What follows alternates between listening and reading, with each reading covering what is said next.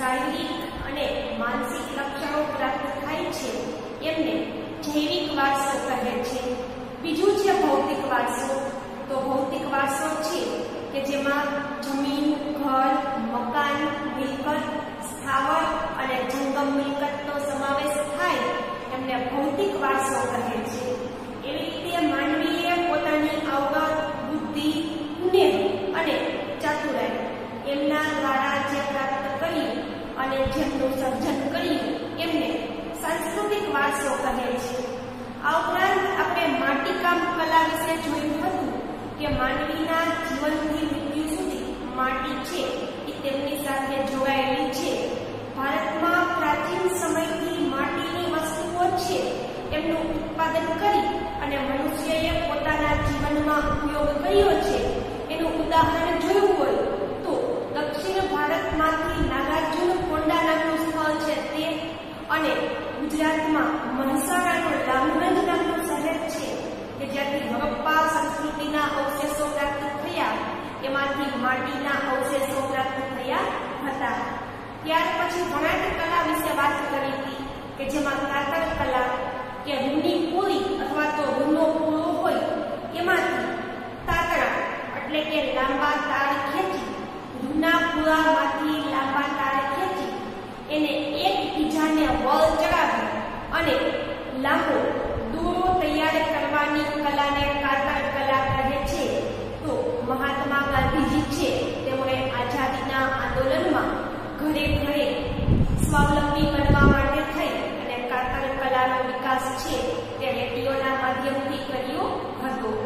ત્યાર પછી છે હાથવણાટ કે ભારતમાં વર્ષોથી એટલે કે પ્રાચીન સમયથી હાથેથી વણીને તૈયાર કરેલું કાપડ છે તે તૈયાર થાય છે અને વિદેશમાં મોકલવામાં આવે છે, જેમાંથી રેશમી કાપડ છે તેમાંથી પટોળા, આ ઉપરાંત કાંજીવરમ અને બનારસી સાડીઓ, બાંધણી સાડીઓ, આ ઉપરાંત જમ્મુ કાશ્મીરના ગાલીચા છે તે વગેરે।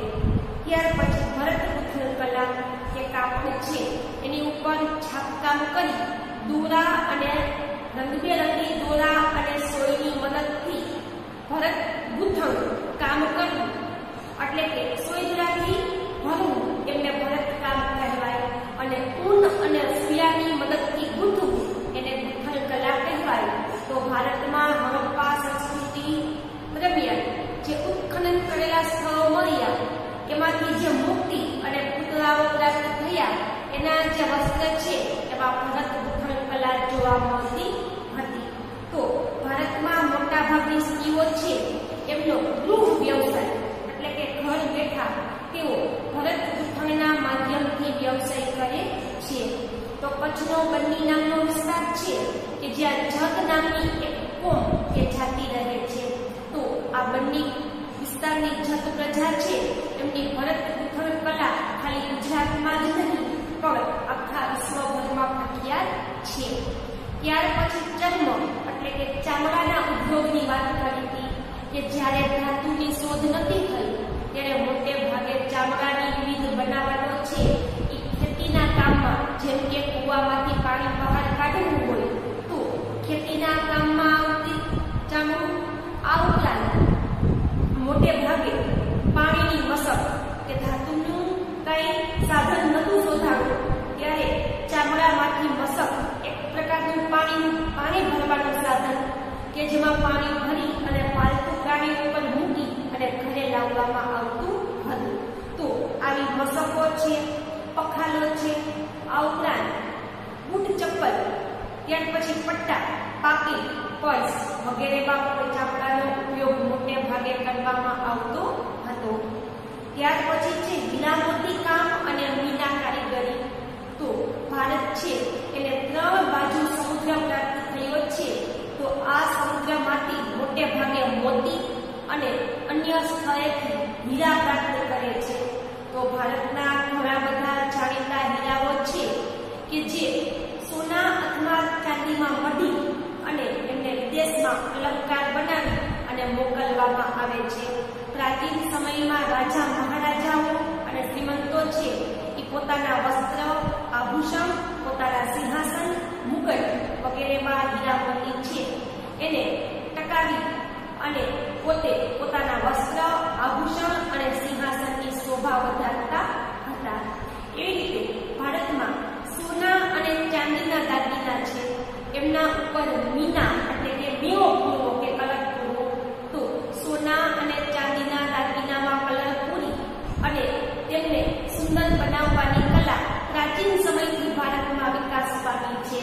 કે આભૂષણ હોય સોના કે ચાંદીના, એમાં મીનો અથવા તો મેવો એટલે કે કલર કામ કરી અને દાગીનાની સુંદરતા વધારી એ માટે ભારત પ્રાચીન સમયથી પ્રખ્યાત છે. જેમાં મુખ્ય શહેરો છે જયપુર, લખનઉ, દિલ્હી, વારાણસી અને હૈદરાબાદ. તો આપણે અગાઉના વિડિયો લેક્ચરમાં આટલા ટોપિક સુધી ચર્ચા કરી હતી. ત્યાર પછી આજના દિવસના આગળના ટોપિક જોઈએ. હસ્તકલાનો ટોપિક ચાલે છે તેમાં તો આજના દિવસે જરીકામ, ત્યાર પછી ધાતુકામ, કાષ્ઠ એટલે કે લાકડામાંથી બનતી વિવિધ પ્રકારની વસ્તુઓ, ત્યાર પછી જંતરકામ, અકીકકામ, ચિત્રકલા, ભારતની લલિત કલાઓ જેમાં સંગીત કલામાં સંગીત મકરંદ નામનો ગ્રંથ છે ત્યાં સુધી. તો આજના દિવસના ટોપિક જોઈએ. એમાં પહેલું છે જરીકામ. ભારતમાં જરી ભરતની કલા પ્રાચીન સમયથી જોવા મળે છે. કે જરી એટલે કે એક પ્રકારનો ચમકતો દોરો. તો આ ચમકતો દોરો છે એને સાડી, ડ્રેસ અથવા તો કપડા ઉપર ભરી અને વસ્ત્રોની શોભા વધારવાની કલા છે જેને જરીકામ કહે છે. જે ભારતમાં પ્રાચીન સમયથી આ કલા પ્રચલિત છે. ચાંદી અને સોનાના તારના રૂપમાં જરી બનાવી એનો ઉપયોગ ભરત ગૂંથણ કલા દ્વારા કિંમતી વસ્ત્ર શણગારવા માટે થતો હતો. કે ચાંદી અને સોનું આ બંને ધાતુ છે. એમના પાતળા તાર બનાવી એમાંથી જરી તૈયાર કરી અને ભરત ગૂંથણની કલા છે એ પ્રાચીન સમયથી રાજા મહારાજાઓના વસ્ત્રમાં તૈયાર કરવામાં આવતી હતી. ભારતમાં જરીકામના હુનર માટે સુરત શહેર જાણીતું છે. કે આખા ભારતમાં ગુજરાતનું સુરત શહેર છે ત્યાં આ જરીકામનો ઉદ્યોગ મોટે પાયે વિકાસ પામ્યો છે. પાનેતર, સાડી, ઘરચોળા જેવા વસ્ત્ર પરિધાન માટે સુરતના કુશળ કારીગરો જરીની કિનારી લગાડી અને બેનમૂન કામ કરી આપતા હતા. કે ભારત છે એમાં પ્રાચીન સમયથી સુરતના જરીકામના કારીગરો છે. તે પાનેતર એટલે લગ્ન જ્યારે થાય ત્યારે સ્ત્રી છે જે સફેદ અને લાલ કલરની સાડી પહેરે છે. તો આવી લાલ અને સફેદ સાડી લગ્નના દિવસે પહેરવામાં આવે એમને પાનેતર કહે છે. જે મોટે ભાગે હિન્દુ ધર્મમાં છોકરી છે અથવા સ્ત્રી છે એમના પિયર પક્ષનું પાનેતર આપવામાં આવે છે. એવી રીતે વિવિધ પ્રકારની સાડીઓ શુભ પ્રસંગમાં પહેરી શકાય એવી સાડીઓ, ઘરચોળું એટલે કે જ્યારે લગ્ન થાય ત્યારે સ્ત્રી છે એમને એમના સાસરી પક્ષના લોકો લાલ અને લીલા કલરનું જે જરીકામ વાળો સાડી ઓઢાવે એમને ઘરચોળું કહેવાય. તો કે પાનેતર છે જે લાલ અને સફેદ કલરનું હોય છે. મોટે ભાગે જે છોકરી છે એના માતા પિતા તરફથી એમને મળે છે. અને ઘરચોળું મોટે ભાગે લાલ અને લીલા કલરનું હોય છે જે છોકરીને એમના સાસરી પક્ષ તરફથી લગ્નના દિવસે આપવામાં આવે છે. તો આવા પાનેતર, સાડી, ઘરચોળા જેવા વસ્ત્ર પરિધાન છે એમાં સુરતના કુશળ કારીગરો છે તે જરીની કિનારી લગાડી અને વસ્ત્રોની શોભા વધારી આપતા હતા અને બેનમૂન કામ કરી આપતા હતા. ત્યાર પછી છે ધાતુકામ. તો અલગ અલગ ધાતુઓ છે તેમાંથી ઓજારો અને અન્ય વસ્તુઓ બનાવવા માટેની કલા. ધાતુ વિદ્યા ભારતની પ્રાચીન વિદ્યા ગણાય છે. પાષાણ યુગ પછીના ધાતુ યુગમાં ધાતુ વિદ્યા વિકાસ પામી. કે પ્રાચીન સમયથી ભારતમાં ધાતુ વિદ્યાનો ઉપયોગ થયો છે. જેમાં પાષાણ એટલે કે પથ્થરનો યુગ પૂરો થયો ત્યાર પછી ધાતુ યુગની શરૂઆત થઈ. લોથલના કારીગરોએ ધાતુમાંથી બનાવેલા દાતરડા, સારડીઓ, વળાંકવાળી કરવત, આરા અને સોય જેવા તાંબાના અને કાંસાના ઓજારો છે તે બનાવેલા હતા એવા નમૂના પ્રાપ્ત થયા છે. કે હડપ્પા સંસ્કૃતિ દરમિયાન ગુજરાતમાંથી મળી આવેલું લોથલ નામનું શહેર છે. તો આ લોથલ છે એમાંથી જે ઉત્ખનન કરવામાં આવ્યું તો એમાંથી ધાતુમાંથી બનાવેલા દાતરડા સારળી, એટલે મને બહુ ખબર નથી એનો અર્થ શું થાય. ત્યાર પછી વળાંકવાળી કરવત, મોટે ભાગે લાકડા કાપવા માટે કરવત હોય છે તે વળાંકવાળી.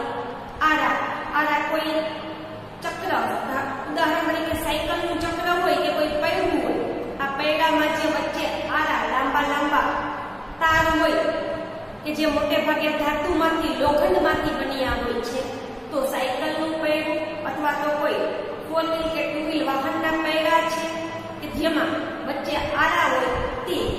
આ ઉપરાંત સોય જેવી વસ્તુઓ, તાંબા અને કાંસા જેવી ધાતુમાંથી ઓજાર એટલે કે હથિયાર, તો તાંબા અને કાંસામાંથી વિવિધ પ્રકારના ઓજાર બનાવવામાં આવતા હતા.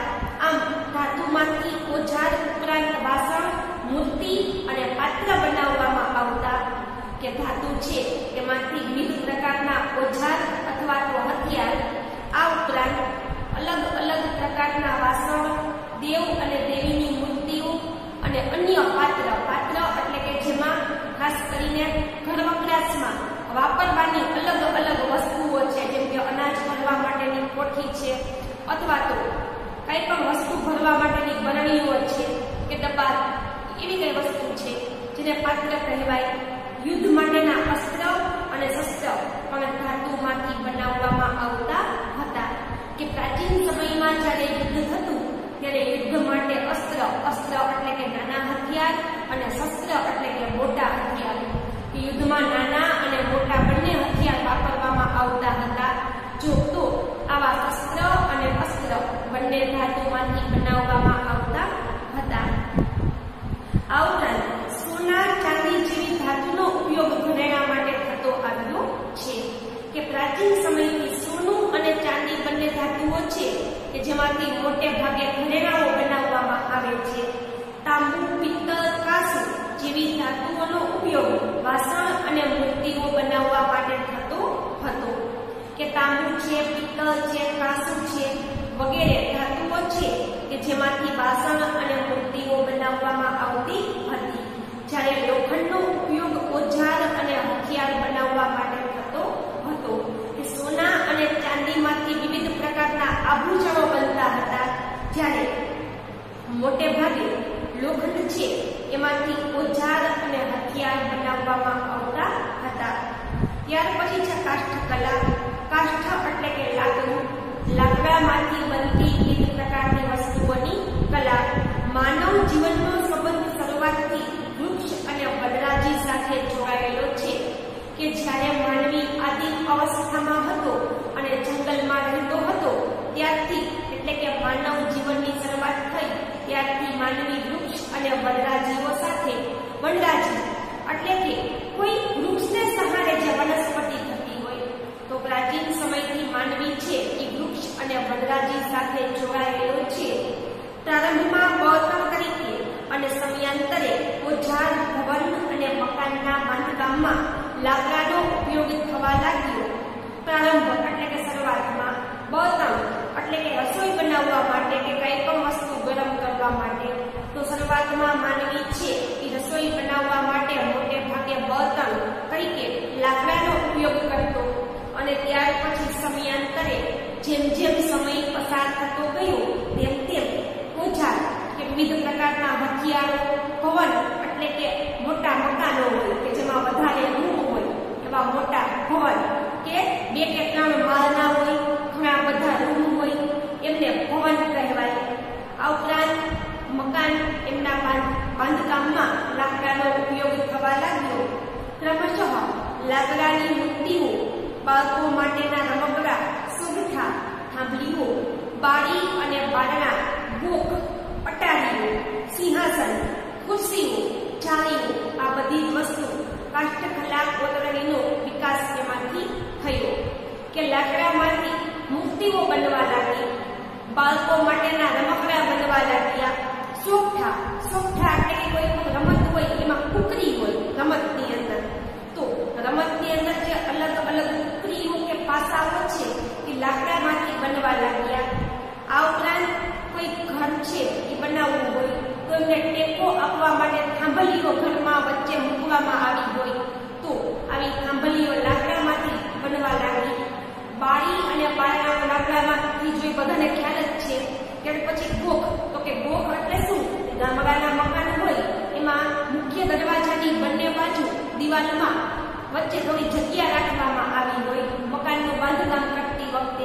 કે જેમાં મોટે ભાગે રાતના સમયે અથવા તો કોઈ તહેવાર હોય એટલે દીવા પ્રગટાવવામાં આવે છે. તો ગામડાના ઘરમાં મોટે ભાગે ગોખ જોવા મળે કે મુખ્ય દરવાજો હોય એમની બંને ડાબી અને જમણી બાજુ દિવાલમાં ગોખ જેવું બનાવેલું હોય છે. ત્યાર પછી અટારી એટલે કે બાલ્કની અથવા તો ઝરૂખો કે 2 માળનું મકાન હોય એમાં બાલ્કની અથવા તો આપણે જેને ઝરૂખો કહીએ છીએ એમને અટારી કહેવાય. આ ઉપરાંત સિંહાસન રાજા મહારાજાના બેસવા માટેનો ખુરશી એટલે કે સિંહાસન, ખુરશીઓ, જાળીઓ આ બધી જ વસ્તુ લાકડામાંથી બનવાથી ગુજરાતમાં સંખેરાનું ફર્નિચર, લાકડાના હિંચકા અને ઈડરના રમકડા જાણીતા છે. પરીક્ષામાં 2 માર્ક્સના પ્રશ્નમાં પૂછી શકાય તો ગુજરાતમાં સંખેરાનું ફર્નિચર કે ગુજરાતમાં સંખેરા નામનું શહેર છે ત્યાં એક પ્રકારનું લાકડું થાય છે કે જેમાંથી વિવિધ પ્રકારનું ફર્નિચર જેમાં સોફા, ખુરશી, ટેબલ, હિંચકા જેવી વસ્તુઓ બને છે જે અત્યંત મજબૂત અને ટકાઉ હોય છે. જોકે કિંમત પણ તેમની ઊંચી હોય છે છતાં પણ મોટા ભાગના શ્રીમંત ઘર છે એમાં સંખેરાનું ફર્નિચર છે તે વિકસાવવામાં આવે છે. લાકડામાંથી બનતા હિંચકા અને ઉત્તર ગુજરાતનું ઈડર નામનું શહેર છે કે જ્યાં રમકડા લાકડામાંથી બને છે તે હાલમાં પણ જાણીતા છે. ત્યાર પછી છે જળતર કામ. તો કે જળવું એટલે કે ફિટ કરવું. કોઈ પણ દાગીના છે એમાં કિંમતી પથ્થર છે એમને ફિટ કરવામાં આવે અથવા તો જળવામાં આવે એમને જળતર કામ કહે છે. અલંકાર અને જળતર કામની કલા ભારતની એક પ્રાચીન કલા છે કે ભારતમાં પ્રાચીન સમયથી અલંકાર એટલે કે આભૂષણ અને જળતર, આભૂષણ છે એમાં પથ્થર જળવાની કલા પ્રાચીન સમયથી ઉપયોગી છે. ભારતના રાજાઓ, સમ્રાટો, અન્ય શાસકો અને તે સમયના શ્રીમંતો વગેરે જે સુવર્ણ અલંકારો ધારણ કરતા તેમાં હીરા, મોતી, માણેક જેવા કિંમતી રત્ન છે તે ગળાના હાર, બાજુબંધ, કડા, મુગટ, દામણી, વીંટી, નથણી, કાપ વગેરેમાં ચડીને ધારણ કરતા હતા. કે પ્રાચીન સમયમાં રાજાઓ, સમ્રાટ એટલે કે કોઈ એક રાજ્ય નહીં પણ ઘણા બધા રાજ્ય જેમણે જીતેલા છે એવા રાજાઓ, સમ્રાટો, અન્ય શાસકો, આ ઉપરાંત શ્રીમંતો જેઓ સુવર્ણ એટલે કે સોનાના અલંકારો ધારણ કરતા જેમાં હીરા, મોતી, માણેક જેવા કિંમતી રત્ન છે એમને જડાવવામાં એટલે કે ફિટ કરવામાં આવતા અને તેમાંથી ગળામાં પહેરવાનો હાર, હાથ પર પહેરવાની બાજુ, ત્યાર પછી હાથમાં પહેરવાના કડા, માથાનો મુગટ, દામણી એટલે કે સ્ત્રી કે છોકરીઓ છે એમનો કપાળ અને માથાનો ભાગ હોય, કપાળ અને માથાનો ભાગ ત્યાં 3 સ્તરવાળી દામણી હોય કે જેમાં વચ્ચે એક આટલો ટીકા જેવો ગોલ હોય જેમાં એક સર આ બાજુ ઉપર જાય, એક સર આ કાનની બાજુ અને એક સર છે આ કાનની બાજુ લગાવવામાં આવે. મોટે ભાગે નવરાત્રીમાં ઘણી છોકરીઓ છે તે ઓક્સોડાઇઝમાંથી બનેલી દામણીઓ પહેરતી હોય છે. આ ઉપરાંત હાથની વીંટી, નથણી એટલે કે નાકની નથ અને કાપ એટલે કે કાનમાં પહેરવાની બુટ્ટી. મોટે ભાગે ગુજરાતમાં ભરવાડ નામની જાતિ છે તો આ ભરવાડ સ્ત્રીઓ છે એ પોતાના કાનમાં જે બુટ્ટી પહેરે એમને કાપ કહે છે. તો આ બધી જ વસ્તુ ધારણ કરતા વિશેષ પ્રકારની નિપુણતા ધરાવતા કારીગરો આવી જળતર કલામાં પ્રવીણ હતા. કે વિશેષ નિપુણતા ધરાવતા કે વિશેષ પ્રકારની નિપુણતા એટલે કે અત્યંત હોશિયારી કે અત્યંત બારીકાઈથી કામ આવડતું કે કોઈ પણ કામ છે એ અમુક વ્યક્તિને બહુ સારી રીતે આવડતું હોય એમને નિપુણ કહેવાય. તો ભારતમાં જળતર કલાના કારીગરો જે નિપુણ છે એ જળતર કલામાં પ્રવીણ એટલે કે હોશિયાર હતા. રાજસ્થાનનું બિકાનેર નામનું શહેર છે જે બિકાનેર ઘરેણાના જળતર કામ માટે જાણીતું છે. કે હાલમાં ભારતમાં રાજસ્થાનનું બિકાનેર નામનું શહેર છે જ્યાં સોના ચાંદી જેવી ધાતુઓ છે, કિંમતી ધાતુ એમાંથી જે ઘરેણા તૈયાર કરવામાં આવે છે એમાં તેઓ જળતર છે એટલે કે કિંમતી રત્ન કે કિંમતી પથ્થરને ફિટ કરી આપે છે. તો હાલમાં બિકાનેર શહેરમાં જળતર કામના ઉદ્યોગો મોટે પાયે વિકાસ પામ્યા છે. ત્યાર પછી છે અકીક કામ. અકીક એટલે કે એક પ્રકારનો ચમકતો પથ્થર જે મોટે ભાગે સફેદ અને ભૂખરા કલરનો હોય છે અને મોટે ભાગે નદી કિનારે રહેતી હોય એમાંથી પ્રાપ્ત થાય છે. તો એક પ્રકારનો ચમકતો સફેદ અથવા તો ભૂખરા કલરનો પથ્થર જેમને અકીક કહે છે. અકીક એ ભારતની કેટલીક નદીઓ એમના ખીણ પ્રદેશમાંથી મળી આવતો એક પ્રકારનો કિંમતી પથ્થર છે કે ભારતની નદીઓ છે તો આ નદીની પાસે આવેલી ખીણ એટલે કે ઊંડાઈ વાળો વિસ્તાર કે નદીની પાસે આવેલો ઊંડાઈ વાળો ખીણ વિસ્તાર છે જ્યાંથી મોટે ભાગે ગુજરાતમાંથી અકીક નામનો પથ્થર પ્રાપ્ત થાય છે. તેમાં અકીક, ચકમક અને અર્ધ પારદર્શક સુંદર રાતો પથ્થર એ મુખ્ય છે. કે અકીકમાં કઈ કઈ વસ્તુ હોય છે તો અકીક એટલે કે જે પથ્થર છે તે ચકમક એટલે કે ચમકે તેવું, અર્ધ પારદર્શક તો કે એક તો અકીક પથ્થર, પછી બીજો કેવો છે તો કે તે ચમકે છે, બીજું શું છે એમાં તો કે અર્ધ પારદર્શક એટલે કે આપણે એની અડધી બાજુ જોઈ શકીએ છીએ. પારદર્શક હોય તો બંને બાજુ જોવાય, અર્ધ પારદર્શક આપણે અડધી વસ્તુ એમાં જોઈ શકીએ છીએ એવો સુંદર અને રાતો એટલે કે થોડોક ઉફી કે કળાશ કરતો પથ્થર છે. ખાસ કરીને સિલિકા મિશ્રિત ભૂરા કે સફેદ રંગના પથ્થરને અકીક તરીકે ઓળખવામાં આવે છે.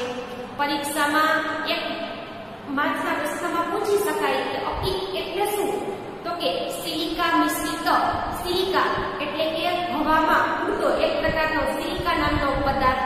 તો આ હવામાં સિલિકા નામનો પદાર્થ છે એ જ્યારે ઉડતો હોય છે એમાંથી સિલિકા છે એ હવા અને પાણીની મદદથી ભૂરા કલરનો કે સફેદ કલરના પથ્થરનું નિર્માણ કરે છે.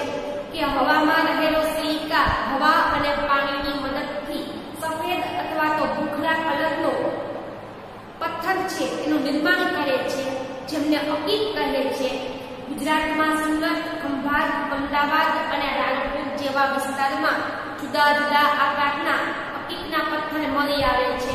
પરીક્ષામાં 2 માર્ક્સમાં પૂછી શકાય કે ગુજરાતમાં કઈ કઈ જગ્યાએથી હાલમાં અકીકના પથ્થર મળે છે તો સુરત, ખંભાત, અમદાવાદ અને રાણપુર જેવા શહેર છે ત્યાંથી. અકીકના પથ્થરોને અલંકારમાં જડવા માટે ખંભાત મોકલવામાં આવે છે. કે દક્ષિણ ગુજરાતનું ખંભાત નામનું શહેર છે કે જ્યાં અકીક પથ્થર છે એમને દાગીનામાં ફિટ કરવા માટે અથવા તો દાગીનામાં જડવા માટેના ઉદ્યોગો વિકસ્યા છે. તો અકીકના પથ્થરને અલંકારમાં ફિટ કરવા માટે ખંભાત મોકલવામાં આવે છે. ખંભાતના કારીગરો અકીકના પથ્થર ઉપર પહેલ પાડવાની અને અન્ય પ્રક્રિયા કરી અને તેમને અલંકારોમાં જડવા પાત્ર બનાવે છે.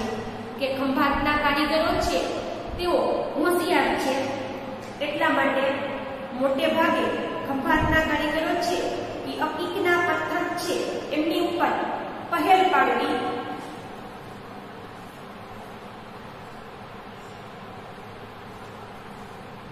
અકીકના પથ્થર ઉપર પહેલ પાડવી, પહેલ એટલે કે ડિઝાઇન કરવી અને સાથે સાથે અન્ય પ્રક્રિયા કરવી. કે અકીકના પથ્થર ઉપર અલગ અલગ પ્રકારની ડિઝાઇન અને એમને આકાર આપી અન્ય પ્રક્રિયા કરી અને દાગીનામાં ફિટ કેમ કરવા એમની માટે તેઓ તૈયાર કરે છે. અથવા અકીકના પથ્થરની માળા અથવા તો મણકા તૈયાર થાય છે. કાં તો અકીકનો પથ્થર છે એને સોના અને ચાંદીના દાગીનામાં ફિટ કરવામાં આવે છે અથવા તો અકીકના પથ્થરમાંથી માળા અથવા તો મણકા એટલે કે મોતી તૈયાર કરવામાં આવે છે. ત્યાર પછી છે ચિત્રકલા. ચિત્રકલાનું સ્થાન વિવિધ કલાઓમાં અગ્રીમ સ્થાને છે. અગ્રીમ એટલે કે આગળ પડતું કે બધી જ કલામાં ચિત્રકલા આગળ પડતું સ્થાન ધરાવે છે.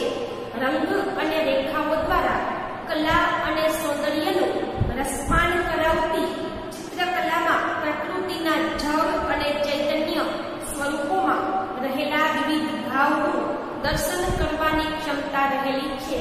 પરીક્ષામાં 2 માર્ક્સમાં પૂછી શકાય કે ચિત્રકલાની વ્યાખ્યા જણાવો તો રંગ અને રેખા દ્વારા કે વિવિધ પ્રકારના રંગ અને રેખા એટલે કે વિવિધ પ્રકારની લાઈન છે સીધી કે આડી લાઈન રંગની મદદથી કલા કે આપણી અંદર રહેલી કલા અને આપણામાં રહેલું સૌંદર્ય એમનું રસપાન કે આપણને કલા અને સૌંદર્યમાં કેટલો રસ છે કે જેના માધ્યમથી રંગ અને રેખા દ્વારા ચિત્રકલા છે એમાં પ્રકૃતિના જળ અને ચેતન તત્વો તો કે પ્રકૃતિના જળ એટલે કે નિર્જીવ પદાર્થો અને ચેતન એટલે કે જેમાં જીવ છે એવા સજીવ પદાર્થો તો રંગ અને રેખાની મદદથી કલા અને સૌંદર્યનું રસપાન કરાવતી ચિત્રકલા છે જેમાં પ્રકૃતિના સજીવ અને નિર્જીવ પદાર્થો છે એમને ધ્યાનમાં રાખી અને વ્યક્તિના મનમાં રહેલા વિવિધ ભાવ છે એ ચિત્રના માધ્યમથી દર્શિત કરવામાં આવે છે.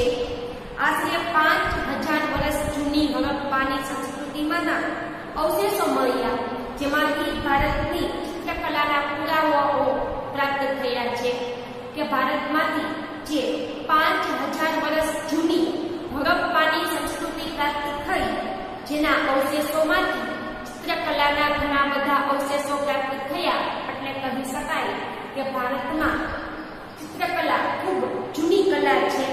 પુરાતત્વ ખાતા દ્વારા વખતો વખત થતા ઉત્ખનનમાં પણ ભારતની ચિત્રકલાના નમૂના મળી આવ્યા છે કે પુરાતત્વ ખાતું એટલે કે જમીનમાં દટાયેલા સ્થળોને શોધવાનું કામ કરનારું ખાતું તો પુરાતત્વ ખાતું છે એ સમયે સમયે ઉત્ખનન કરે છે એટલે કે અમુક જગ્યાએ ખોદકામ કરી અને જે સ્થળોને બહાર કાઢે છે જેમાંથી પણ ચિત્રકલાના નમૂના પ્રાપ્ત થાય છે. તો પાષાણ યુગના આદિ માનવના ગુફા ચિત્રમાં પશુ પક્ષીઓના આલેખન જોવા મળે છે કે પાષાણ એટલે કે પથ્થરનો યુગ તો પથ્થરનો યુગ જ્યારે ચાલતો હતો ત્યારે મોટે ભાગે આદિ માનવના ગુફા ચિત્ર છે કે પથ્થર યુગના સમય દરમિયાન આદિ માનવ કે માનવી જ્યારે આદિમ અવસ્થામાં જંગલમાં રહેતો હતો ત્યારે તેઓ મોટે ભાગે ગુફામાં વસવાટ કરતો તો આ ગુફામાંથી જે ગુફા ચિત્ર પ્રાપ્ત થયા કે ગુફાની દિવાલ ઉપર બનાવવામાં આવતા ચિત્ર જેમને ગુફા ચિત્ર કહે છે. તો પ્રાચીન સમયમાં આદિ માનવની ગુફાઓમાંથી જે ગુફા ચિત્ર પ્રાપ્ત થયા જેમાં પશુ અને પક્ષીઓ મોટે ભાગે ચિત્ર સ્વરૂપે જોવા મળે છે. હડપ્પાના લોકો માટીના વાસણ ઉપર ફૂલ છોડ અને ભૌમિતિક રેખાંકનોની ભાત પાડતા હતા કે હડપ્પાના લોકો છે તે માટીના વાસણ છે એમની ઉપર વિવિધ પ્રકારના ફૂલ છોડ અને ભૂમિતિની વિવિધ પ્રકારની ડિઝાઇન કરતા હતા. મધ્યપ્રદેશમાં હાથી, ગેંડો, હરણ ઇત્યાદિ ચિત્રો નોંધપાત્ર છે કે મધ્યપ્રદેશમાંથી સૌથી પ્રાચીન ગુફા છે તે મળી આવી છે કે જે ભીમબેટકાની ગુફા તરીકે ઓળખાય છે. તો મધ્યપ્રદેશમાંથી જે ભીમબેટકાની ગુફા મળી છે કે એમાંથી જે ચિત્ર પ્રાપ્ત થયા ગુફા ચિત્ર જેમાં હાથી, ગેંડો અને હરણ જેવા પ્રાણીઓના ચિત્ર જોવા મળે છે. અજંતા ઇલોરાના ચિત્રો ભારતીય ચિત્રકલાના અજોડ નમૂના છે કે અજંતા ઇલોરાની ગુફાઓ છે એમાંથી જે ચિત્ર પ્રાપ્ત થયા છે અથવા તો દિવાલમાં જે ચિત્ર છે જે ભારતીય ચિત્રકલાના અજોડ એટલે કે જેમની તુલના ન કરી શકાય બીજા સાથે એવા નમૂના દોરાય છે.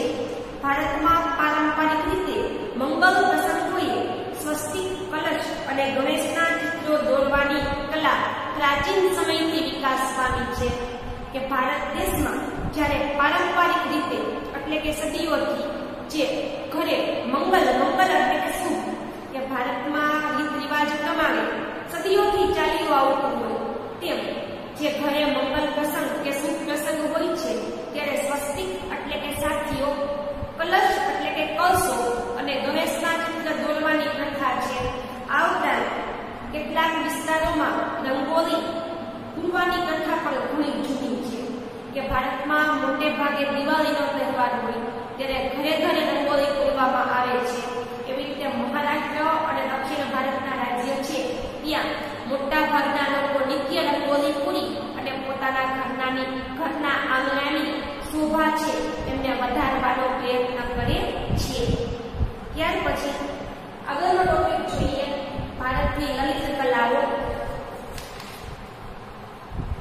ગાયન, વાદન અને નર્તન અને વિવિધ પાત્રની વેશભૂષા ધારણ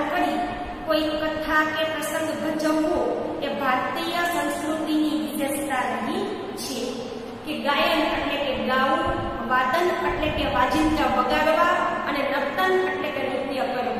તો કે ગાવું, વગાડવું અને નૃત્ય કરવું આ ત્રણેય વસ્તુ દ્વારા વિવિધ પાત્રની વેશભૂષા ધારણ કરીને કે ગાય વગાડીને નૃત્ય કરીને વિવિધ પ્રકારના પાત્ર છે એને જેવો પરિવેશ ધારણ કરીને પ્રસંગ ભજવવું, કથા કરવી કે નાટક કરવું એ ભારતીય સંસ્કૃતિની વિશેષતા રહી છે કે ભારતમાં પ્રાચીન સમયમાં ગાય વગાડીને અને નૃત્ય કરીને અલગ અલગ વ્યક્તિ છે એમની જેવો વેશ કાઢીને કથા, કોઈ પ્રસંગ કે નાટક કરવામાં આવતું અને લોકોને મનોરંજન પૂરું પાડવામાં આવતું હતું.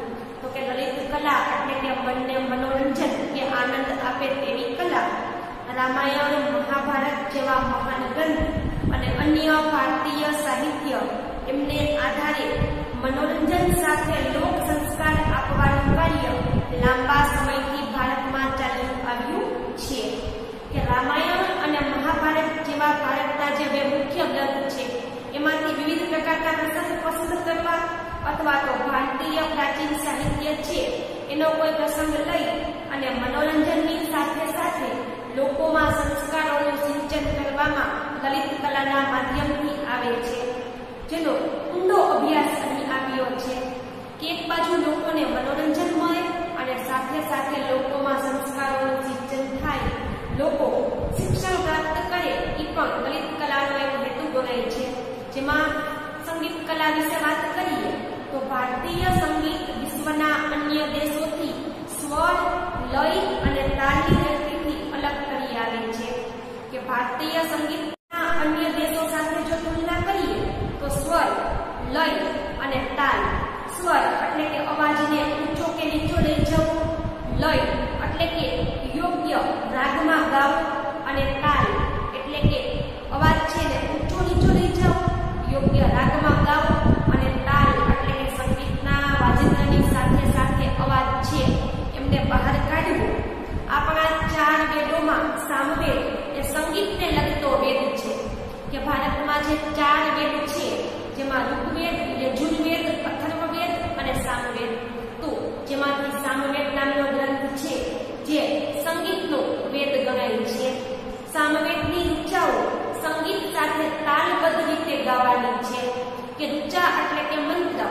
તો સામવેદમાં જે ઋચા કે મંત્ર લખ્યા છે તે સંગીતની સાથે તાલબદ્ધ એટલે કે સંગીતની સાથે તાલ મેળવી અને સામવેદની ઋચાઓ ગાવાની હોય છે. સંગીતમાં ગાયન અને વાદન બંનેનો સમાવેશ થાય છે કે સંગીતમાં ગાવું અને વાદન એટલે કે વગાડવું, તો સંગીતમાં ગાવાનો અને વગાડવાનો બંનેનો સમન્વય થયેલો છે. સા રે ગ મ પ ધ ની એ સંગીતના મુખ્ય 7 સ્વર છે. પરીક્ષામાં 2 માર્ક્સમાં પૂછી શકાય સંગીતના મુખ્ય સ્વર કયા કયા છે, તો કે સા રે ગ મ પ ધ ની. ખાસ કરીને જે વ્યક્તિ શાસ્ત્રીય સંગીત શીખે છે એમને આ 7 પ્રકારના સ્વર શીખવવામાં આવે છે. આપણા સંગીતને મુખ્યત્વે શાસ્ત્રીય સંગીત અને લોક સંગીત એવા 2 ભાગમાં વહેંચ્યું છે કે ભારતનું સંગીત છે એ 2 ભાગમાં વહેંચાયેલું છે. જેમાં શાસ્ત્રીય સંગીત એટલે કે બાળપણથી પદ્ધતિસર રીતે ગાવાનું કે જેને શાસ્ત્રીય સંગીત શીખવું હોય આવા બાળકોને એમના માતા પિતા નાની ઉંમરથી શાસ્ત્રીય સંગીતમાં મોકલે છે કે જ્યાં બાળપણથી બાળકો છે એમને સ્વર અને રાગ શીખવવામાં આવે છે અને રોજરોજ એમની પ્રેક્ટિસ કરવાની હોય છે. ગાય અને સાથે સાથે વગાડવાનું વાજિંત્ર હોય છે કે જેમની મદદથી વર્ષો સુધી પ્રેક્ટિસ કરી અને કોઈ પણ વ્યક્તિ છે એ શાસ્ત્રીય સંગીત ગાઈ શકે છે. સામાન્ય વ્યક્તિ શાસ્ત્રીય સંગીત ગાઈ શકતી નથી, પરંતુ એની માટે પદ્ધતિસરની તાલીમ લેવી પડે છે. એનાથી ઉલટું લોક સંગીત એટલે કે લોકોનો સમૂહ છે એ મળી અને જે સંગીત તૈયાર કરે. જેવી રીતે લોકોનો સમૂહ લોકગીત તૈયાર કરે છે એવી રીતે લોકોનો સમૂહ મળી અને લોક સંગીત તૈયાર કરે છે. તો સંગીતના મુખ્ય 2 ભાગ છે. સંગીતના મુખ્ય 5 રાગ છે જે પણ પરીક્ષામાં પૂછી શકાય કે રાગ 5 અને સ્વર 7 છે.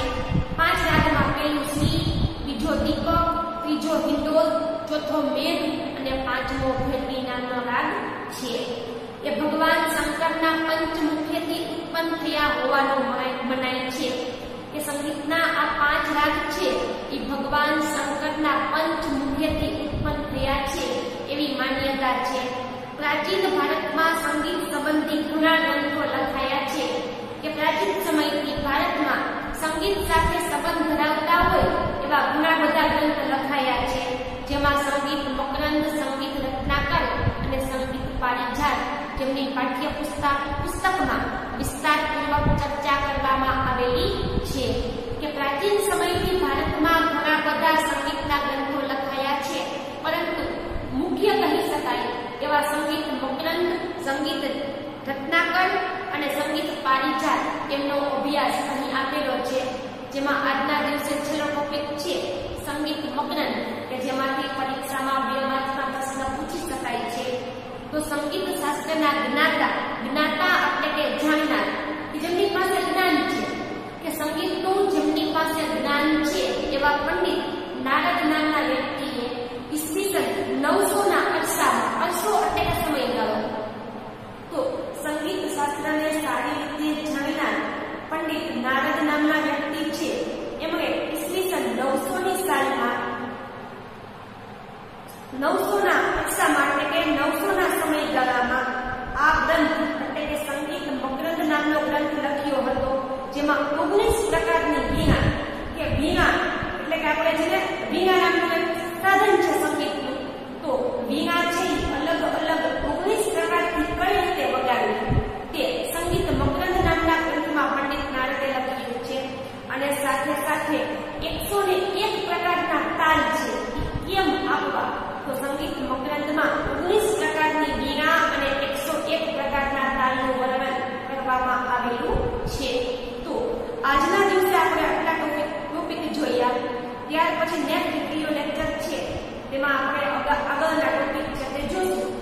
અને તમને જે હોમવર્ક મોકલવામાં આવે છે અને હેતુલક્ષી પ્રશ્ન, આ બંને વસ્તુ જે સ્ટડી મટીરિયલ છે એમાંથી લખવા, અને સાથે સાથે બીજું સ્ટડી મટીરિયલ વધારાનું છે એ વાંચનના ઉપયોગમાં લેવું.